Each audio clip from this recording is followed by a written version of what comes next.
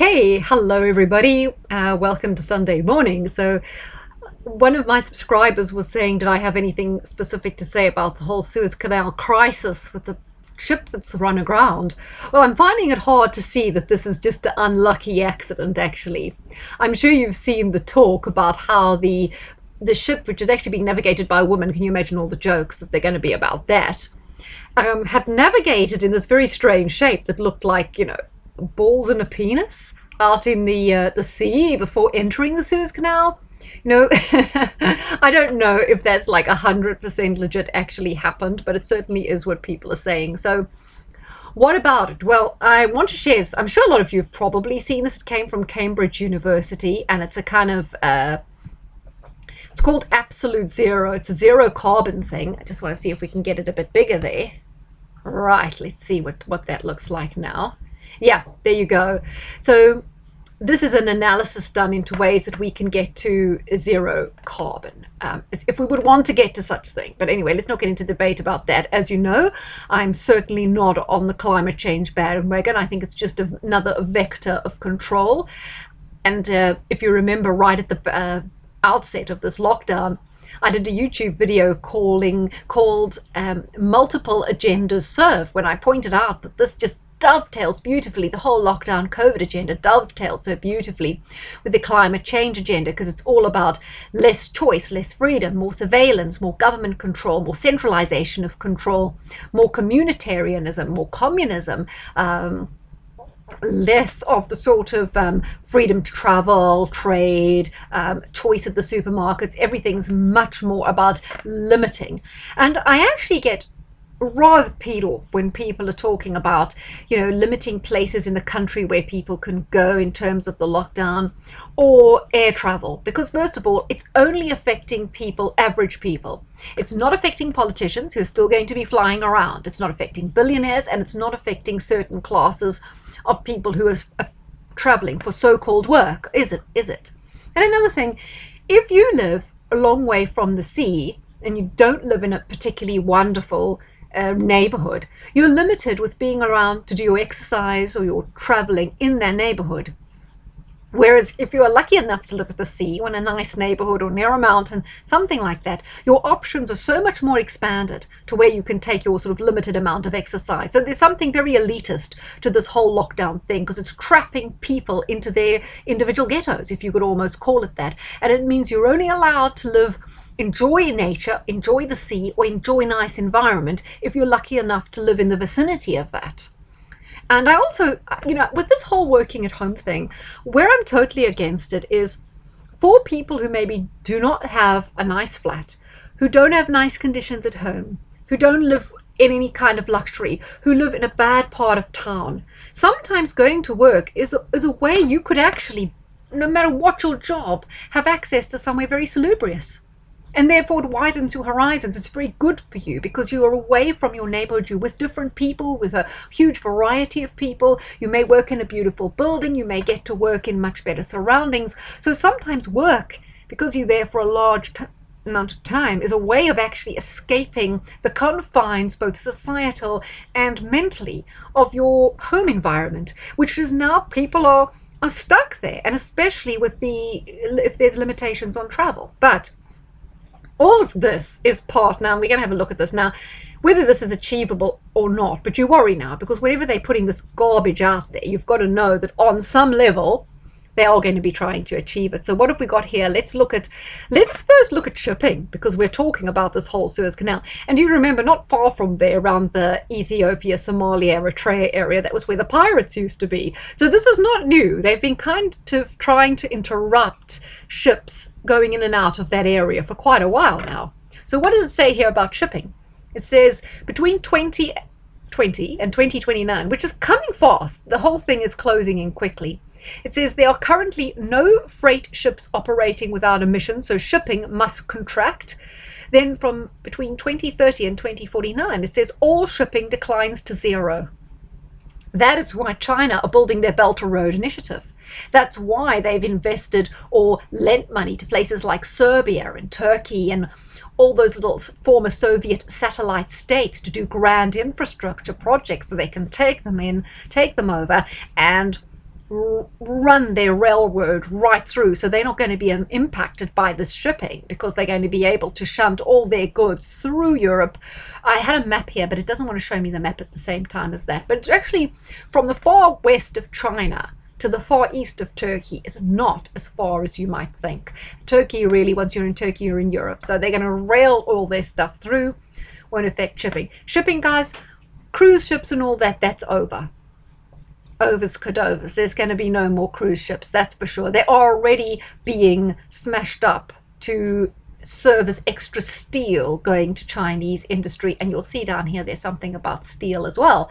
So when you're looking at shipping, that's going to contract, but that's going to obviously affect America as well because they're more isolated. So we've got America and the South America being quite isolated under this policy, or maybe there'll be some shipping to them, who knows. So let's have a look what it says about our road vehicles. And remember, this is coming now, 8 years, and this is a proposal set forth by Cambridge University, but obviously this is what's in the pipeline. They're putting it out there because, you know, they like to let us know what's going to happen because they feel there's some sort of acceptable karma, that as long as we know about it, it's okay.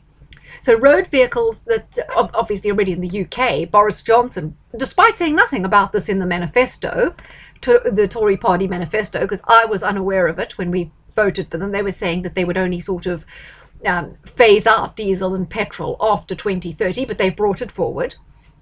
So development of petrol and diesel engines end, and from 2030 all new vehicles must be electric and the average size of cars reduces. So that's going to definitely impact on the distances you can travel and put obviously more pressure on the grid. Other thing with electric cars, they know where you're going and they can switch you off at any time. You do not have the freedom. If you've got a car out there that's now full of petrol and diesel, you can get in that car and you can make tracks. But if you've got to pump it up with your electricity, it's sort of connected to your household and connected to the grid. It's connected to everything, you know, it's connected to surveillance, and it's not independent anymore because the source of energy for your car is connected to your home. So if for any reason you don't have energy in your home because you've been cut off or because there's a power outage, you're stuck, you can't move. But look what they love is rail, hence why China with their Belt and Road shooting the rail into Europe. Growth in domestic and international rail as a substitute for flights and low occupancy car travel. So again, that's why they love HS2, right? Because they want to expand rail. There's no reduction in rail. There's further growth in rail, more networks, electric trains. Rail is the dominant mode. Oh, great. So if you're in the UK, you know, there's only one tunnel going out of the UK. That's the one that goes across to France. So not much scope for international travel if you're going to be doing it on a train. Trains, surveillance, cameras everywhere, watching where you travel. And if you've got your social score and you can't get on a train, well, you know, that's you, right? And there you go. Flying. Now, this I found shocking. It says flying. All airports except Heathrow, Glasgow, and Belfast close. They'll be transfers by rail. For you guys that don't live in England, don't underestimate the amount of airports we have in this country because, you know, we've got Luton, we've got Gatwick, there's one in, you know, Southampton, Exeter, Newcastle, you know, Manchester. We've got a lot of airports, Glasgow, Edinburgh, Aberdeen. There's lots of airports in this country. So to go down to just Heathrow, Glasgow, and Belfast is a shock. But look what's more shocking, between 2030 and 2040, all remaining airports close. That's air travel done. So for people who are having their, you know, thinking that things are going to open up and travel's going to return, the lockdown's meant to break the habit of international travel and get people used to they don't move. Like I always joke, and I can remember Geoffrey Boycott, who's a famous cricket commentator, saying that when he was growing up, because he's now about 80, he's around there, and he was saying when he was growing up, it was a big deal to leave Yorkshire. That's like one of the bigger counties in the UK if you're watching from outside, but it's not that big. You know, they want to take you back to that. Get you used to not moving. You've got your electric car, you can't go very far, you're probably going to have to fill in a form. Oh, can I go out today? Do you think I can go to the pub this week? And no, you were at the pub 3 times last month. You've exhausted your pub allocation. Shocking. We've looked at shipping as well. Heating, guys, I would urge you, I want to do a show on this. It's shocking what the government have got in store for us in terms of heating in our homes. So electric heat pumps will be replacing gas boilers, and they'll be building retrofits for air tightness, insulation, and external shading. If you are buying a new house, make sure there's no gas, make sure it's already insulated. Because I think this is also how they're going to crash the housing market, because people won't be able to afford all the adjustments. I mean, it's a worry for everybody, because homes are going to have to be totally remodified to be green. I don't know how they're going to get this to happen. I mean, it's quite shocking. So anyway, there will be on the heating topic, a program to provide all interior heat with heat pumps and energy retrofits for all buildings. I just don't see that happening, actually. Imagine every building, every home in the UK undergoing these retrofits. I don't think they've even got enough materials and supplies. They wouldn't have enough stock of the heat pumps or whatever to do this, and not enough engineers to carry it out. So I think that's a pipe dream, but still. Oh, guys, you know, they're coming after our appliances. You see here, all appliances will have to be electrified, but in the 2020 to 2029, they want us to have only, obviously, electric hobs and ovens, but our fridges and freezers and washing machines must be smaller. So what? That means they're smaller, washing less clothes. You know why? Because they want us to hire everything. So maybe we'll be hiring our clothes instead of washing them. Delightful, isn't it? Because smaller washing machines, what does that mean? Okay. So basically, guys, by the time we reach 2029, we're going to have a ball. We're going to have our tiny little washing machines and our tiny little cars that don't go very far, and our tiny fridges and freezers, so we can just keep whatever we're allowed, you know, one yogurt and a couple of insect puree with possibly a shit burger and maybe a recycled sewage beer. If we're allowed anything like that. And then we can go on our couch and put on like our virtual headset and see an animation of ourselves enjoying a holiday in Barbados. It's just going to be dandy. So if you look at food there, it says national consumption of beef and lamb drops by 50%. Says who? Says who? Says someone who's never been elected and who wouldn't be elected. Bill Gates is also pushing this, but it's not him, it's the people behind him. But you know, he's the frontman, of course. But yeah, we should do this, right? Reduction in frozen ready meals and air freighted food. So for us in the UK, that's kind of meaning no more mangoes, bananas, avocados. Crazy, isn't it? And going forward to 2039, beef and lamb are phased out along with all imports not transported by train. So we're going to be getting all our food from wherever can come by train. I suppose if you live in Europe, I guess that's fairly extensive, but wouldn't include bananas, would it? Fertilizer use is greatly reduced. Yeah, I bet GMO food is right up. Maybe they can transport in all the bugs. Didn't I say to you guys a while ago, when you watch that film I'm a Celebrity, Out of Here, Get Me Out of Here, and they do that task where they're eating like bugs and all sorts of really disgusting fruits and worms and cockroaches and crickets. Yeah, that was to get us in the mode. You see how these shows, even these trivial little kind of humorous tasks that they do in these reality shows, are gearing people up, getting it in their mind that insects are quite tasty, you know? Why not? All seeding it in our mind. So it goes on about mining material, nothing terribly interesting there from my point of view.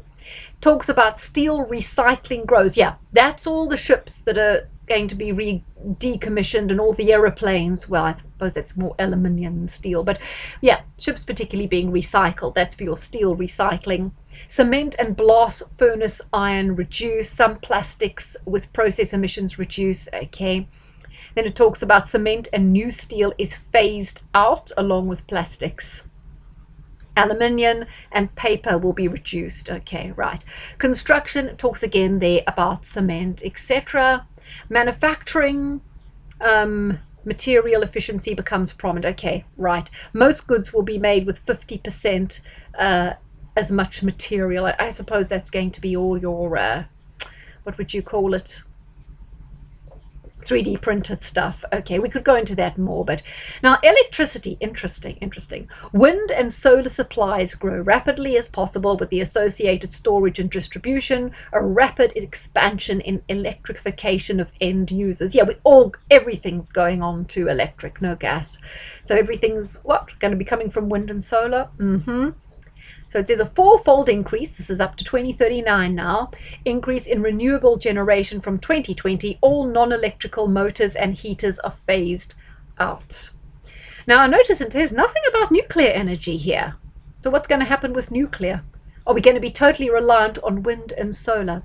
Solar, which is actually, like, I think it's one of my subscribers that were mentioning that solar can be carcinogenic. And producing it isn't very green because it takes an awful lot of power to produce those solar panels. And of course, with wind, these things are intermittent. You need your old coal-fired power stations to back them up.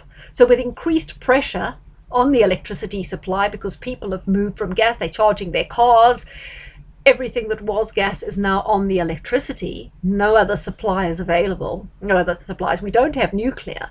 What's the backup?